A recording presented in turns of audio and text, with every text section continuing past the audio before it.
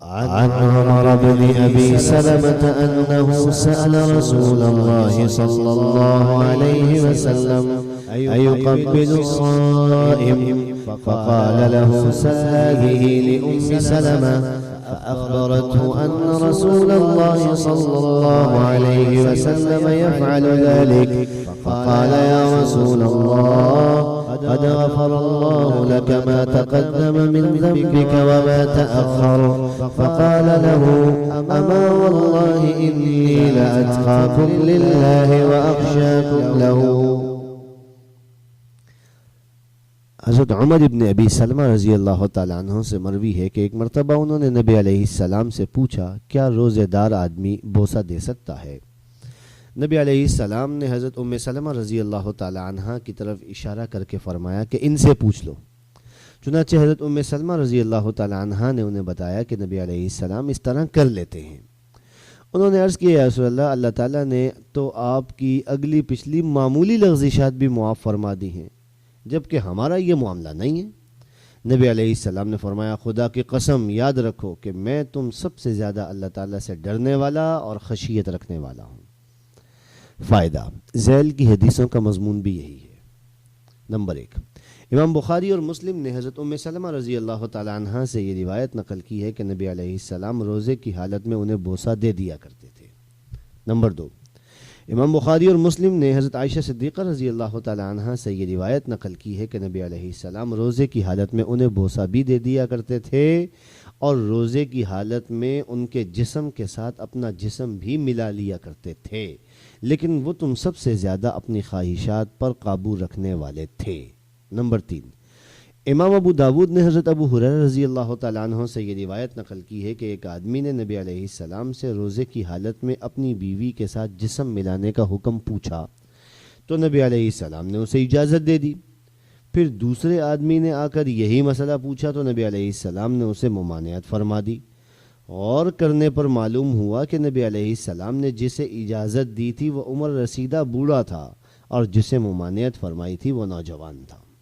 Number 4، امام نسائی نے حضرت عائشہ صدیقہ رضی اللہ تعالیٰ عنہ سے یہ روایت نقل کی ہے کہ ایک مرتبہ نبی علیہ السلام نے مجھے بوسہ دینے کے لیے اپنا دست مبارک میری طرف بڑھایا۔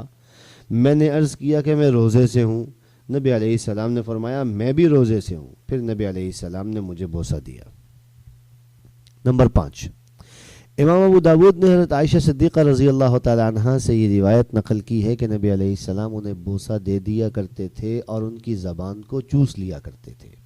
نمبر 6، امام عبد الرزاق نے ایک انصاری صحابی سے یہ روایت نقل کی ہے کہ ایک مرتبہ انہوں نے روزے کی حالت میں اپنی بیوی کو بوسہ دے دیا۔ پھر انہوں نے اپنی بیوی کو حکم دیا تو اس نے نبی علیہ السلام سے اس کا حکم پوچھا۔ نبی علیہ السلام نے فرمایا یہ تو میں بھی کرتا ہوں۔ اس کے شوہر نے اس سے کہا کہ اللہ تعالیٰ نے اپنے نبی صلی اللہ علیہ وسلم کو بہت سی چیزوں کی اجازت عطا فرما رکھی ہے۔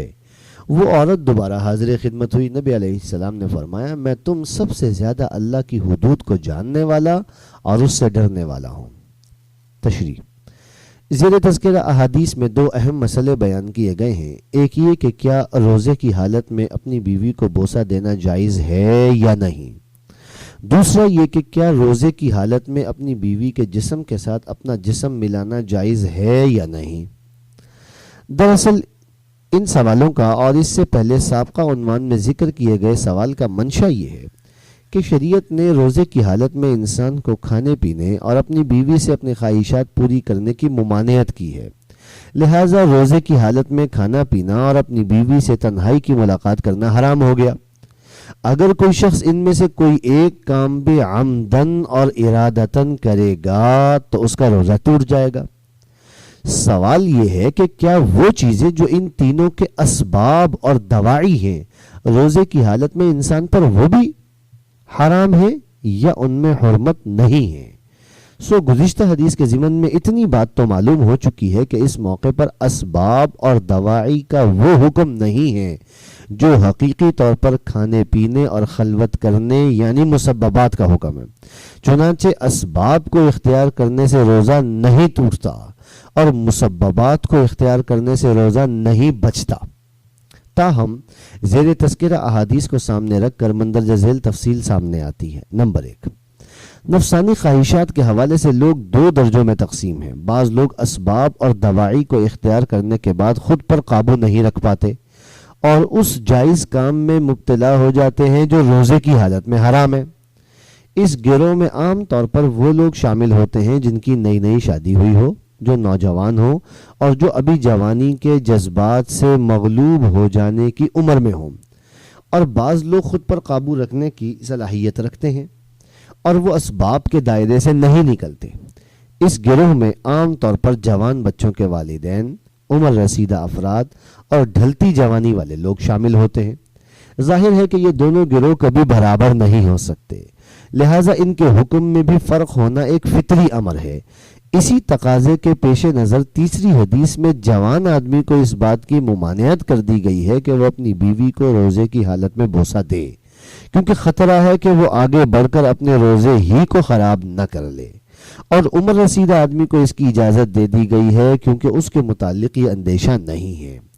اس کا مطلب یہ ہے کہ اگر کوئی جوان آدمی اپنے جذبات پر غالب ہو، ان سے مغلوب نہ ہو اور اپنی خواہشات کا بندہ نہ بنے تو اس کے لیے اپنی بیوی کو بوسہ دینا جائز ہوگا، اور اگر کوئی آدمی عمر رسیدہ ہونے کے باوجود اپنے جذبات سے مغلوب ہو جاتا ہو تو اس کے لیے اپنی بیوی کو بوسہ دینا جائز نہ ہوگا۔ اور جذبات سے مغلوب ہونے کا مطلب یہ ہے کہ انسان اپنی بیوی سے تنہائی کی ملاقات کر بیٹھے۔ نمبر 2، جذبات سے مغلوب ہونے کی ایک صورت یہ بھی ہے کہ جو شخص اپنی بیوی کو خواہش نفس کے ساتھ بوسہ دے اسے انزال ہو جائے۔ ظاہر ہے کہ آب شہوت کا خروج اس پر غسل کو تو واجب کرے گا ہی، اس کے روزے کو بھی خراب کر دے گا، کیونکہ یہ اس بات کی علامت ہے کہ وہ اپنے نفس پر قابو نہیں رکھ سکا ہے، اور اسی وجہ سے اس پر روزے کی قضا بھی واجب ہوگی۔ نمبر 3، اوپر ذکر کی گئی تمام تفصیل اپنی بیوی کو بوسہ دینے سے متعلق ہے۔ اس کا مطلب یہ ہے کہ اگر کوئی شخص اپنے یا کسی کے چھوٹے بچوں کو بوسہ دے یا اپنے والدین اور بزرگوں کو بوسہ دے جہاں نفسانی خواہش کا تصور بھی نہ آتا ہو، اس میں اس تفصیل کی ضرورت نہیں ہے، وہ مطلقاً جائز ہے اور اس سے انسان کے روزے پر کوئی فرق نہیں پڑتا۔ اور جہاں تک تعلق ہے کسی نامحرم عورت کا تو اسے بوسہ دینا ویسے ہی حرام ہے، اور اس میں انسان کے لیے اپنے جذبات پر قابو رکھنا عام طور پر ناممکن ہوتا ہے اور اس کا روزہ خراب ہو ہی جاتا ہے۔ نمبر 4، بیوی کو بوسہ دینے کے حوالے سے جتنی تفصیل بیان کی گئی ہے یہی ساری تفصیل اپنی بیوی کے جسم کے ساتھ جسم ملانے میں بھی ہے، یعنی اصولی طور پر تو یہ جائز ہے، تاہم اس میں شرط یہی ہے کہ اس کے ساتھ جسم ملانا یہاں تک نہ بڑھ جائے کہ اس کے اوپر غسل ہی واجب ہو جائے، کیونکہ اس طرح اس کا روزہ ٹوٹ جائے گا۔ یہاں اس بات کی وضاحت بھی ضروری ہے کہ زیر تذکرہ احادیث میں جسم کے ساتھ جسم ملانے کے لیے مباشرت کا لفظ استعمال کیا گیا ہے۔ بعض مترجمین نے اس لفظ کا مفہوم واضح کرنے کی بجائے احادیث کے ترجمے میں لفظ مباشرت ہی لکھ دیا، جس کی وجہ سے عام لوگ الجھن کا شکار ہو جاتے ہیں، کیونکہ موجودہ محاوراتی اردو میں مباشرت کا لفظ بول کر زوجین کی تنہائی کی ملاقات مراد لی جاتی ہے۔ ظاہر ہے کہ روزے کی حالت میں یہ ملاقات حرام ہے۔